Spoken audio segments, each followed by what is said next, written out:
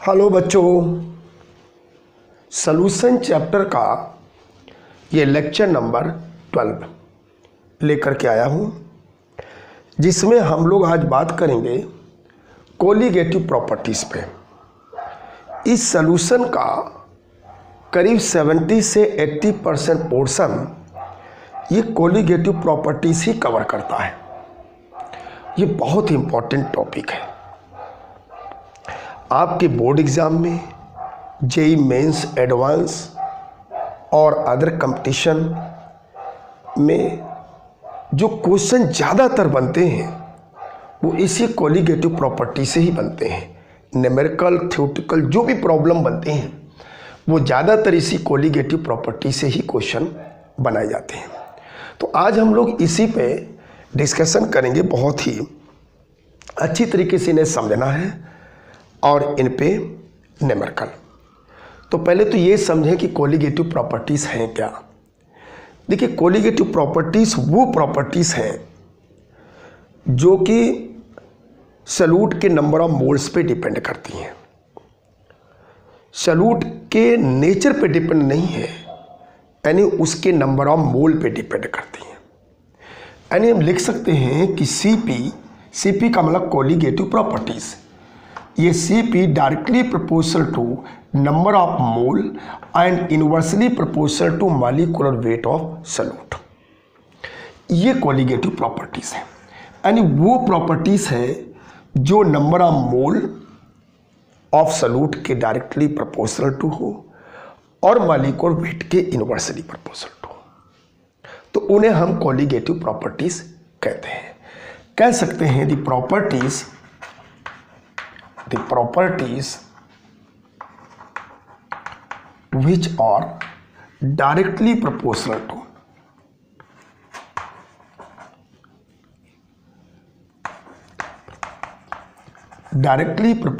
to number of mole of solute and inversely proportional to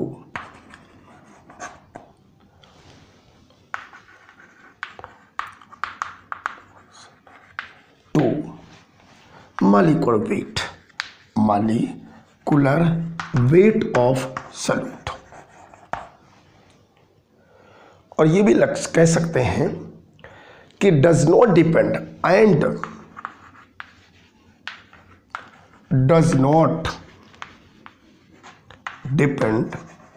upon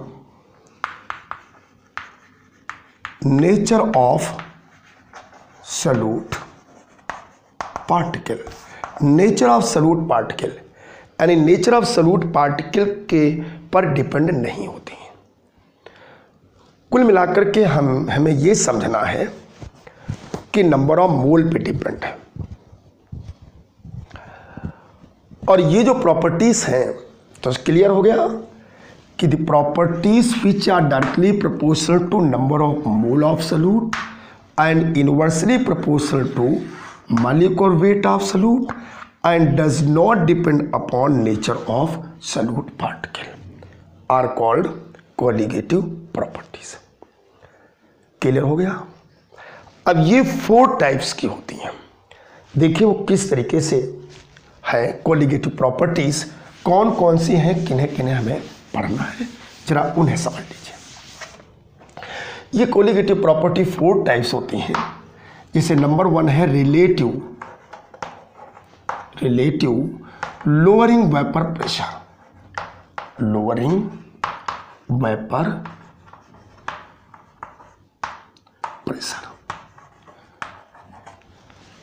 relative lowering vapour pressure.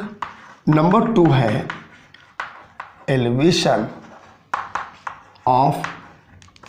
Elevation in boiling point. Next, तीसरी colligative properties है जिसे हम बोलेंगे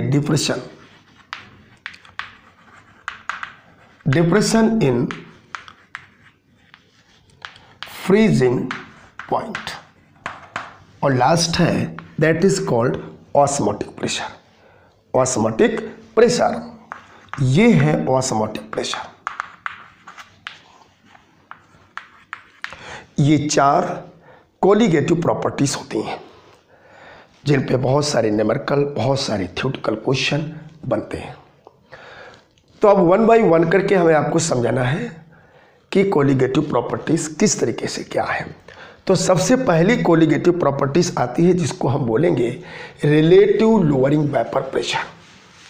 इस colligative properties को हमें सबसे पहले समझना है। देखिए, इस कोलिगेटिव प्रॉपर्टीज को समझने के पहले हमें कुछ पॉइंट्स, कुछ बातें और भी सीखना पड़ेगा और भी समझना पड़ेगा, तब हम इसे अच्छी तरीके से समझ पाएंगे। जैसे वेपर प्रेशर, ये हेडिंग रहेगी vapour pressure of solution. Vapour pressure of solution containing non volatile solute. ये देखिए, एक नई बात आपके सामने आ गई। अभी आइडियल, नॉन आइडियल सॉल्यूशन और राउल्स लॉ आप लोगों ने पढ़ा, उसमें देखा था कि vapour pressure of solution containing 2 volatile liquid, यानी जो 2 कंपोनेंट थे वो दोनों कंपोनेंट वोलाटाइल थे। लेकिन यहां पर क्या देख रहे हैं कि vapour pressure of solution containing non volatile solute, यानी जो सॉल्यूट होगा उसका वेपराइजेशन नहीं होगा, उसका वेपर प्रेशर 0 होगा।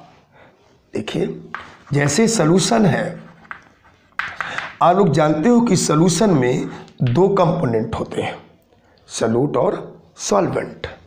यहाँ पे सॉल्यूट आएगा, लेकिन ये सॉल्यूट कैसा होगा? ये सॉल्यूट होगा नॉन वोलाटाइल। ये लिखा है कंटेनिंग नॉन वोलाटाइल सॉल्यूट, तो ये नॉन वोलाटाइल होगा। और नॉन वोलाटाइल का मतलब हो गया कि वो सॉलिड होगा। और इस सॉल्यूट का जो वेपर प्रेशर होगा वो तो 0 होगा, क्योंकि उसका कोई वेपराइजेशन तो होना नहीं, वो तो नॉन वोलाटाइल है, तो उसका वेपर प्रेशर 0 होगा। एग्जाम्पल में जो जनरली हम लोगों के न्यूमेरिकल में यूज होंगे वो देखिए आपका है ग्लूकोज। ग्लूकोज फार्मूला C6H12O6, इसका मॉलिक्यूलर वेट जो होता है वो होता है 180। जरूरत पड़ेगा न्यूमेरिकल में, इसलिए लिख रहा हूं। सुक्रोज, ये भी जरूरत पड़ेगा न्यूमेरिकल में, C12H2211, इसका जो मॉलिक्यूलर वेट होगा ये 342 होगा। और यूरिया, यूरिया फार्मूला NH2CO और NH2 होगा, इसका मॉलिक्यूलर जो वेट होगा वो होगा 60। ये हमें न्यूमेरिकल प्रॉब्लम में ज़रूरत पड़ेगी। ज़्यादातर आप देखेंगे यही सॉल्यूट यूज होते हैं एज ए नॉन वोलाटाइल के रूप में। दूसरा जो सॉल्वेंट होगा, सॉल्वेंट ये वोलाटाइल होगा। क्यों? क्योंकि वेपर प्रेशर है भाई। अब नॉन वोलाटाइल, उसका तो वेपर प्रेशर 0 हो गया। अब सॉल्यूशन का जो वेपर प्रेशर होगा वो सॉल्वेंट की वजह से होगा, तो सॉल्वेंट जो होगा ये होगा वोलाटाइल। वोलाटाइल, और वोलाटाइल का मतलब हो गया लिक्विड। लिक्विड होगा, इसका जो वेपर प्रेशर होगा ये वेपर प्रेशर 0 नहीं हो सकता है, क्योंकि ये तो वेपराइज होगा, इसका वेपर प्रेशर तो बनेगा। अब यहाँ कौन कौन से हम ज़्यादातर यूज करेंगे, ज़्यादातर न्यूमेरिकल में आएंगे, या लैब में जब हम एक्सपेरिमेंट करते हैं तो कौन से सॉल्वेंट को जनरली हम लोग यूज करते हैं? तो सबसे बढ़िया सॉल्वेंट तो वाटर है, इसके बाद बेंजीन भी होता है, आप टॉलुइन भी आप यूज कर सकते हो, आप मेथिल अल्कोहल यूज कर सकते हो, आप एथिल अल्कोहल। तो ज़्यादातर न्यूमेरिकल में देखोगे इस जो है एज ए सॉल्वेंट के रूप में यूज होंगे। ये सभी लिक्विड स्टेट में है, सभी लिक्विड स्टेट में है और सभी वोलाटाइल होते हैं। तो अगर हम इनको इनमें किसी में मिला दें तो हमें इस टाइप का सलूशन मिल जाएगा, या जो वेपर प्रेशर मिलेगा वो solution containing non volatile solute हो गया। तो ये क्लियर हो गया इतनी बात। अभी देखिए धीरे धीरे हम यहाँ पर जाएंगे, रिलेटिव लोअरिंग वेपर प्रेशर समझाएंगे, लेकिन ये सारी चीज़ें समझना है, ये समझेंगे तब वहाँ पर पहुँचेंगे, तब हमें और अच्छी तरीके से क्लियर होगा।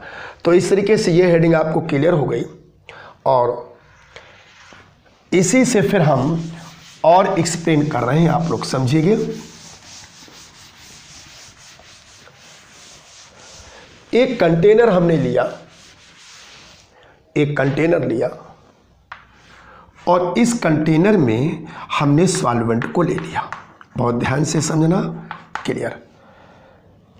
सॉल्वेंट साथ में आप लोग नोट्स भी बनाते चलिए, जिससे कि आपका हर कंसेप्ट क्लियर होता चले। ये सॉल्वेंट मान लीजिए हमने ए ले लिया, ये सॉल्वेंट है, ये सॉल्वेंट आपने ले लिया। अब ये तो तुम्हारा वोलाटाइल है, वोलाटाइल होगा, इससे वेपर बनेगी, इससे वेपर बनेगी और जो वेपर बनेगी इसका वेपर प्रेशर हमारे पास PA0 होगा, यानी vapour pressure of pure component ए, ये PA0 हो गया। इसके बाद इसमें हमने नॉन वोलाटाइल सॉल्यूट मिलाएंगे, वही ग्लूकोज मिलाओ या यूरिया मिलाओ या सुक्रोज मिलाओ, ये आप इसमें मिलाएंगे। तो हमने यहाँ पे नॉन वोलाटाइल सॉल्यूट मान लीजिए पी मिला दिया, इसमें मिला दिया। तो मिलाने के बाद अब हमें यहाँ पे सॉल्यूशन मिल जाएगा। अब ए और मिला दिया जब, तो ये सॉल्यूट पूरे सॉल्यूशन में अच्छी तरीके से डिस्ट्रीब्यूट हो जाता है। जैसे वाटर में चीनी को मिला दो तो चीनी क्या होगा, चीनी पूरी की पूरी जो है उसमें वाटर में डिसॉल्व हो जाएंगे। चीनी के पार्टिकल वाटर के हर प्लेस पे, हर जगह पे एक यूनिफॉर्मली डिस्ट्रीब्यूट हो जाते हैं।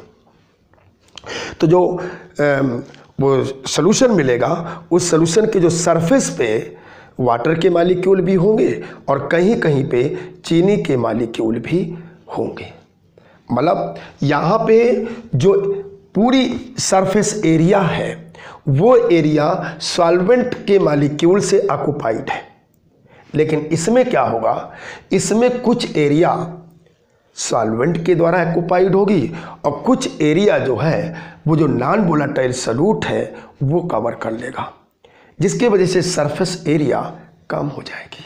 तो इस तरीके से अगर हम यहाँ पर देखेंगे, ए यहाँ पर आपका आ गया B, A B, A B.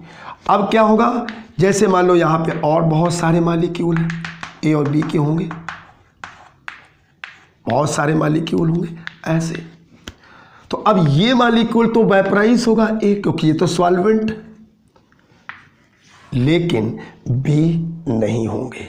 क्यों? क्योंकि ये तो नॉन वोलाटाइल है, इसका तो वेपराइजेशन होना नहीं है। तो अब यहां पे जो वेपर प्रेशर होगा वो PA हो गया, यानी vapour pressure of component A in solution, या इसी को कह सकते हैं वेपर प्रेशर ऑफ सॉल्यूशन भी कह सकते हैं। क्यों? क्योंकि सॉल्यूशन में इन्हीं की वजह से वेपर प्रेशर बनेगी और ये वेपर प्रेशर तो बनाएंगे नहीं, बल्कि ये जो है इनके वेपर प्रेशर को कम कर देंगे। अभी बताएंगे क्या है, क्यों कम कर देंगे। तो हम इसे कह सकते हैं partial vapour pressure, partial vapour pressure of component A in solution हो गया, सॉल्यूशन हो गया। अब अच्छा दिमाग से बताओ, पीए नॉट की वैल्यू ज़्यादा होगी किस पीए की? पीए नॉट की, क्योंकि यहाँ तो सारे मॉलिक्यूल वेपराइज होंगे, वोलेटाइल है। यहाँ पे क्या होंगे? क्योंकि सरफेस पे जो ए के मॉलिक्यूल है और उनके कुछ एरिया को बी ने कवर कर लिया, बी को उड़ना नहीं है, वेपराइज नहीं होना है। नीचे के मॉलिक्यूल उनको निकलने भी नहीं देंगे, ऊपर बैठे हुए। तो कुल मिलाकर के पी ए नॉट की वैल्यू ज़्यादा होगी पी ए से।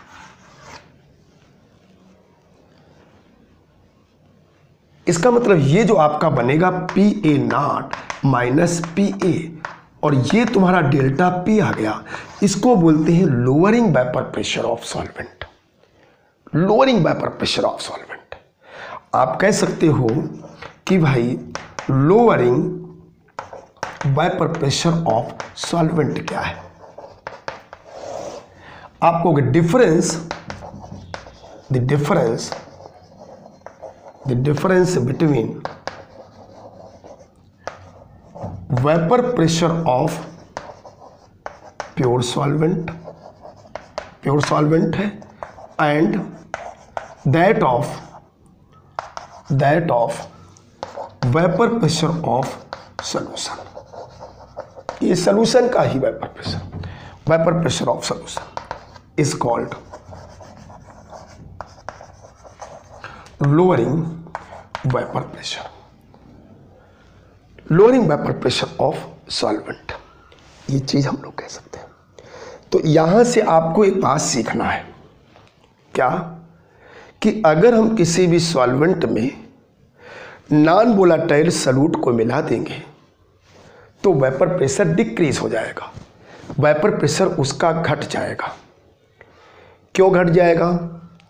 क्योंकि सरफेस एरिया में जो वोलेटाइल कंपोनेंट हैं उनके मॉलिक्यूल कम हो जाएंगे और इंटरमॉलिक्यूलर जो फोर्स लगता है वो इंक्रीज हो जाएगा, जिसकी वजह से जो वेपराइजेशन है उसका रेट कम हो जाएगा।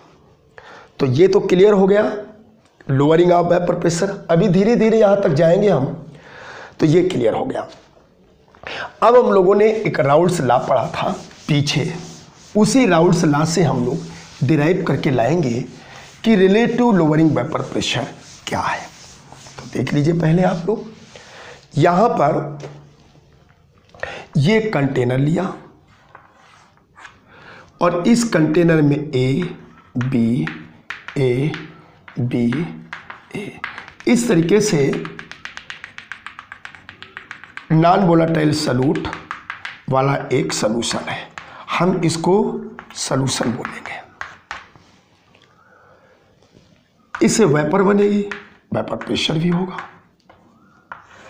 इस वेपर प्रेशर को पीए बोलेंगे। इस वेपर प्रेशर को हम लोग वेपर प्रेशर ऑफ सॉल्यूशन भी कह सकते हैं। राउल्स ने क्या बोला था, पीछे कई बार राउल्स लॉ समझा चुके हैं। राउल्स ने कहा in a solution partial vapour pressure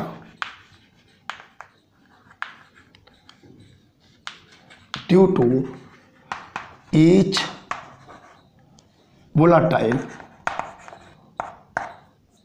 volatile component is directly proportional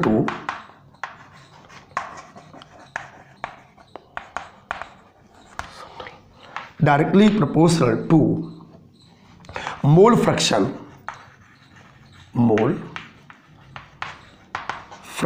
of that component।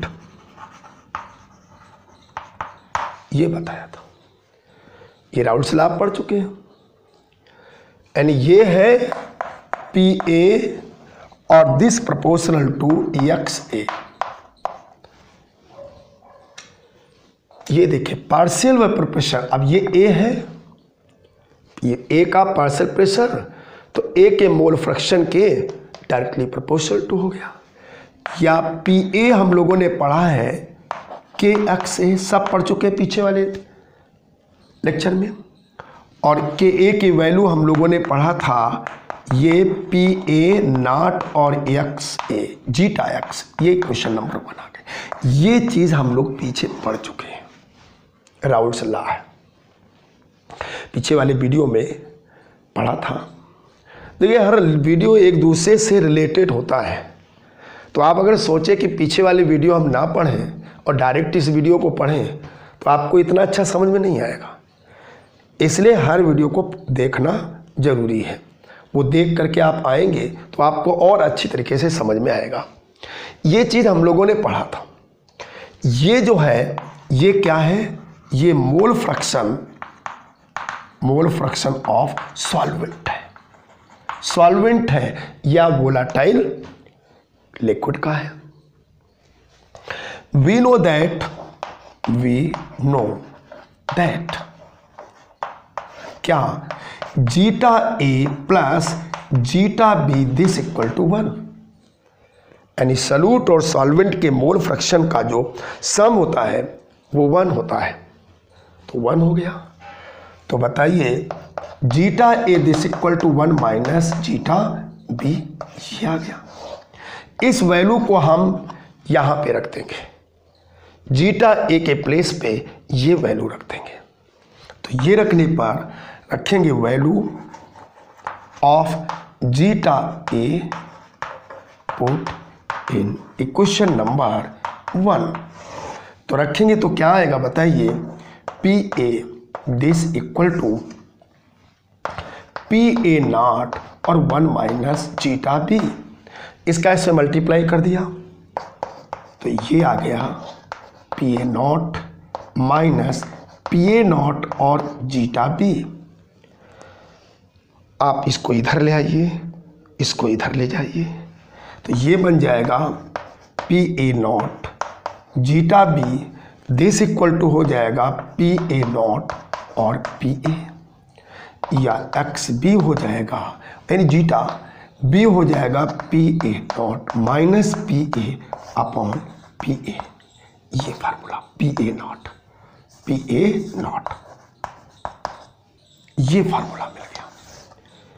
इस फार्मूले में ये जो पोर्शन आया ये वाला, इस पोर्शन को बोलते हैं रिलेटिव लोअरिंग वेपर प्रेशर। ये relative lowering vapour pressure, zeta B क्या है, इसको बोलते हैं मोल fraction of solute. Zeta A क्या है, मोल फ्रैक्शन ऑफ सॉल्वेंट। और ये PA nought vapour pressure of pure solvent, volatile, और minus vapour pressure of solvent in solution.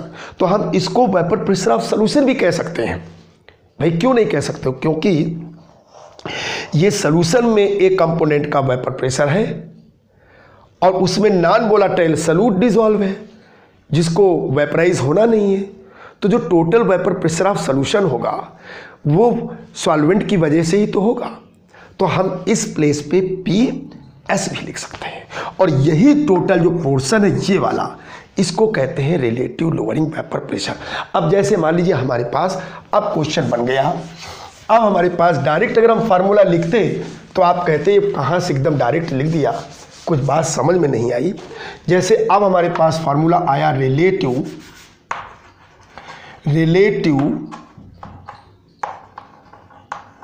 Lowering vapour pressure equal to PA not minus PA upon PA not. ये relative lowering vapour pressure हो गया, और इसी को हम लोगों ने PA नॉट और PA और अपान हो गया PA नॉट या this equal to zeta B लिख देते हैं। यही आपका रिलेटिव लोअरिंग वेपर प्रेशर भी है, रिलेटिव लोअरिंग वेपर प्रेशर ये हो गया।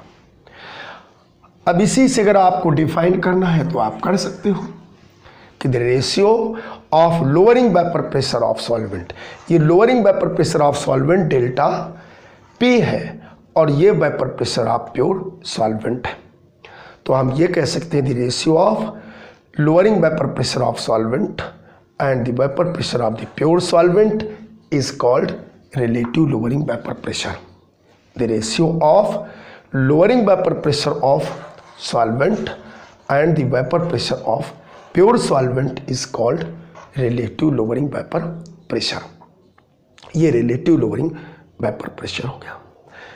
यहाँ पर ये तो इस तरीके से दो फार्मूले हमारे बने न्यूमेरिकल के लिए। एक फार्मूला हमारे पास PA this equal to PA not zeta B, ये बना जीटा A।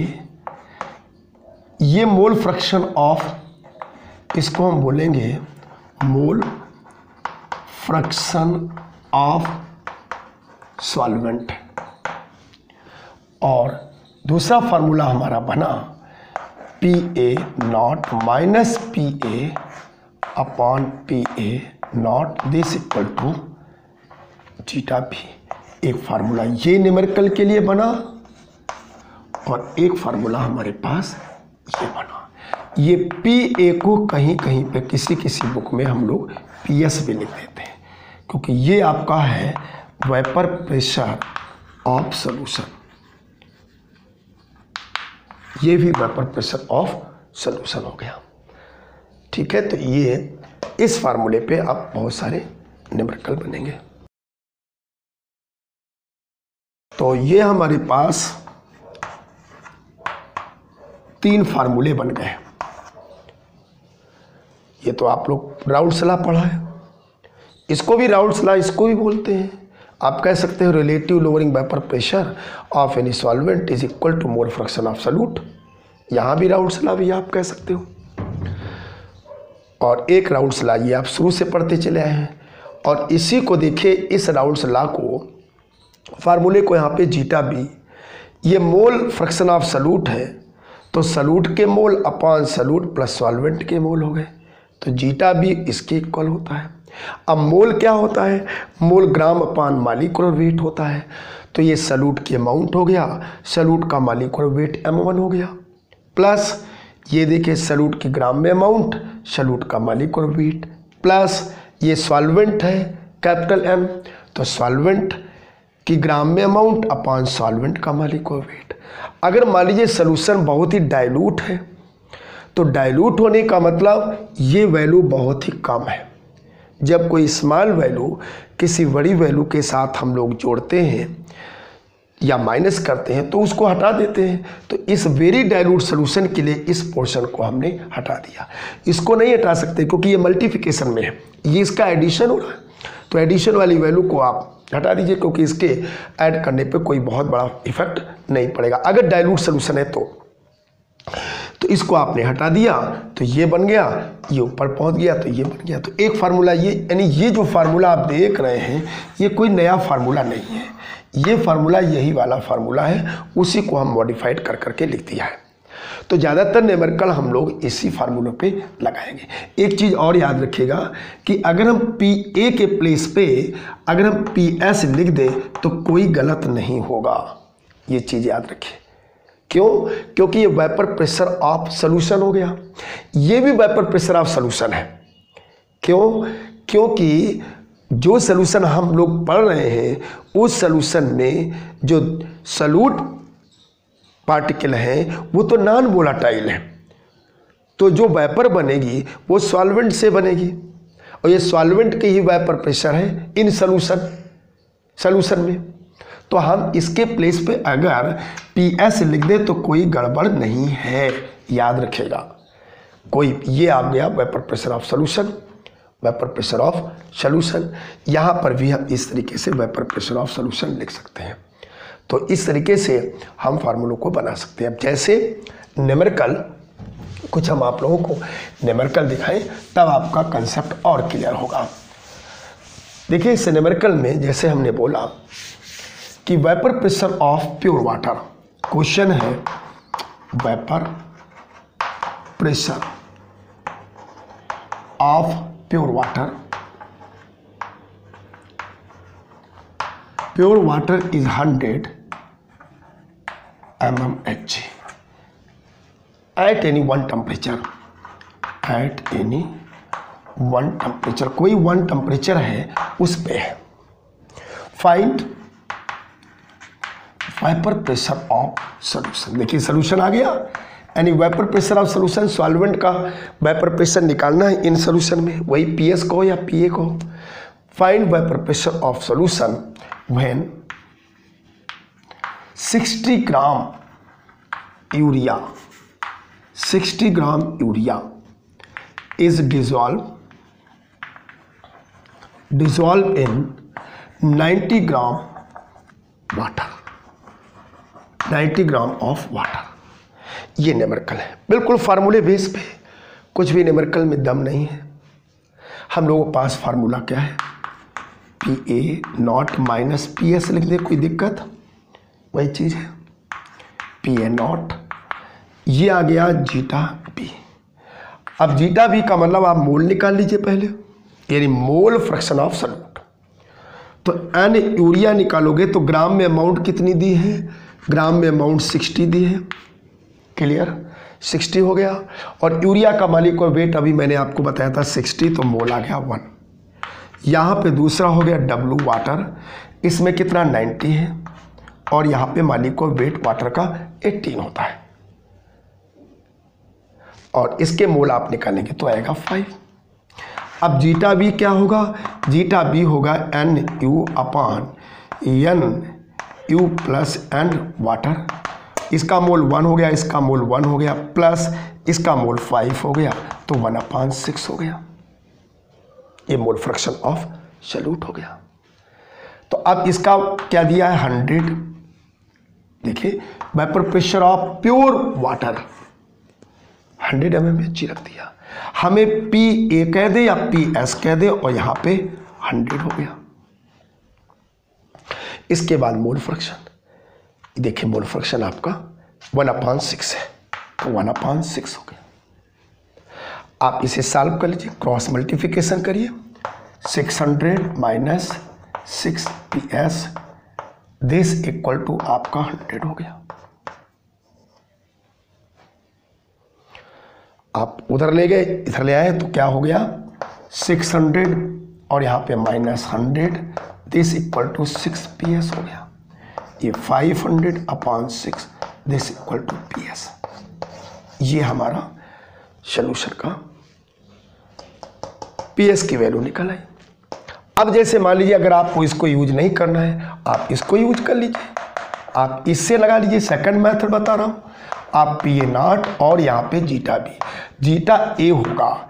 अब यहाँ पे ये मोल फ्रैक्शन ऑफ सॉल्वेंट है, ये आपको याद रखना है, ये सॉल्वेंट है, ये पी एस रख सकते हो आप। तो पी एस आपको फाइंड आउट करना है, यहाँ पे कितना रखेंगे 100 हो गया इनटू, अब ये mole fraction of component B. अब बी का जब जीटा बी आप निकालेंगे, जीटा ए निकालेंगे, तो ए के मोल हो जाएंगे, ए कौन है आपका सॉल्वेंट वाटर हो गया, और यहाँ पे हो गया यूरिया, और प्लस एन बोलिए कौन सा वाटर।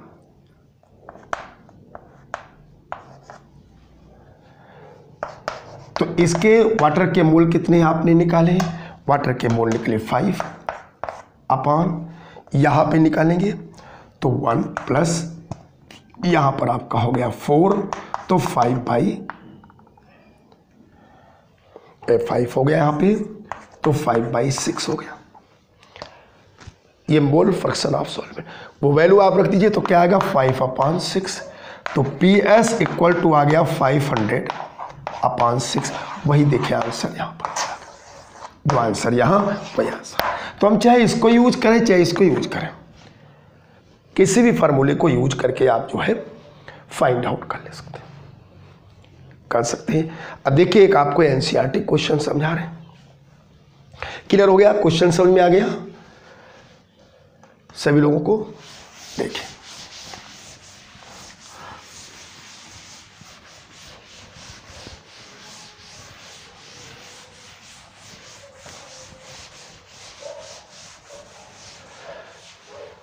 इसमें आप लोग देखेंगे जो एक न्यूमेरिकल है ये एनसीईआरटी में पूछा गया है, उसको आप लोग समझ लीजिए।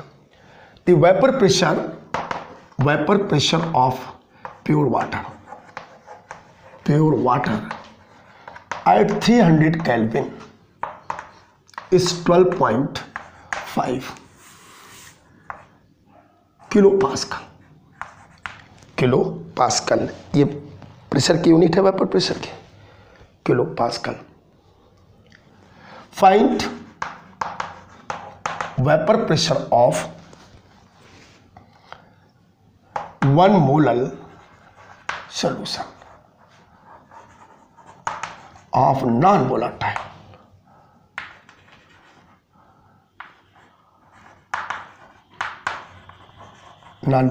solute।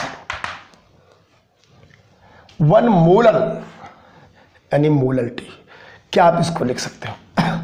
इसका मोलरिटी का मतलब 1 मोल पर केजी या 1 मोल पर 100 केजी वाटर, ये लिख सकते हैं हम लोग। 1000 ग्राम, 1000 ग्राम, 1 किलोग्राम को 1000 मान लेते हैं।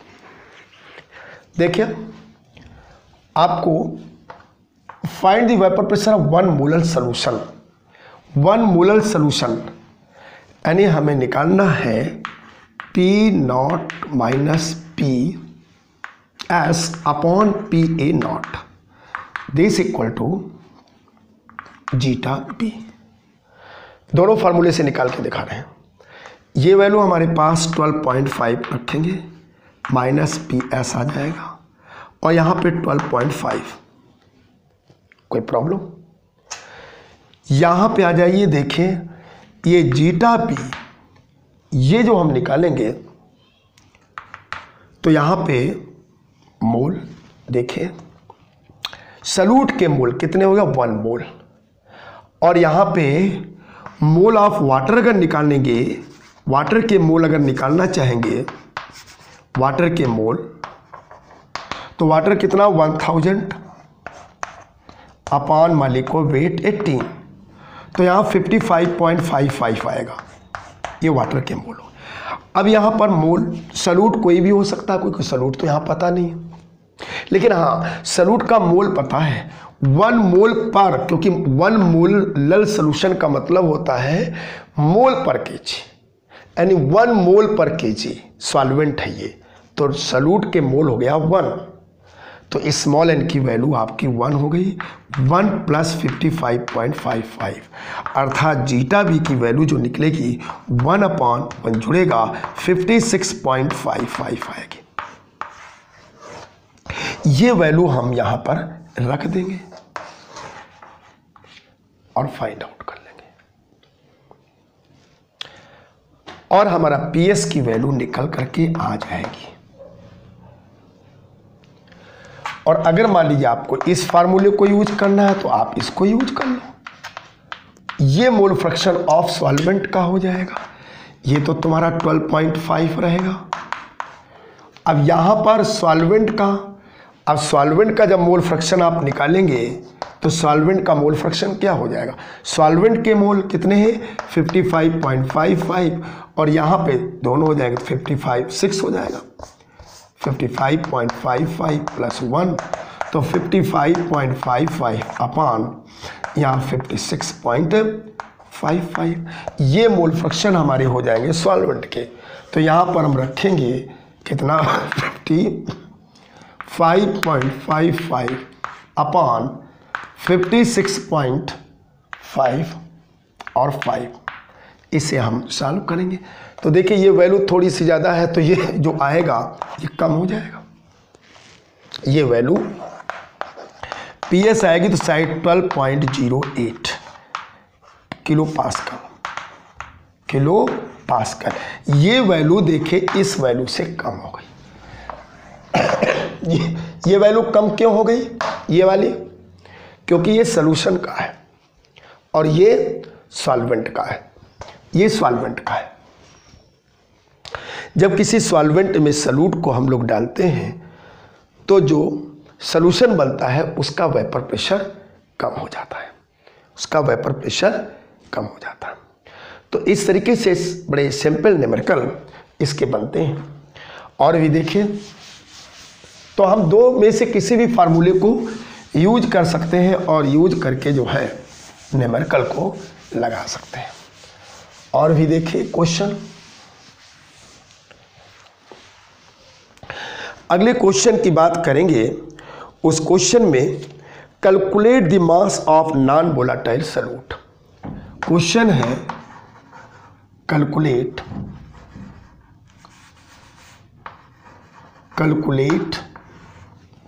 मास of non volatile solute. Molar mass इसका दे दिया है, मोलर मास 40 ग्राम पर मोल, ये दे दिया, मॉलिक्यूलर मास दे दिया है।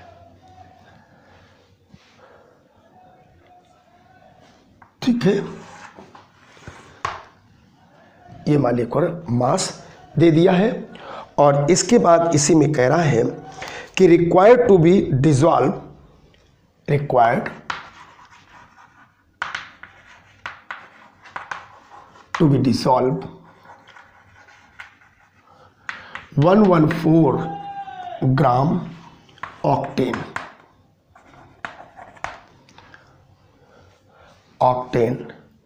to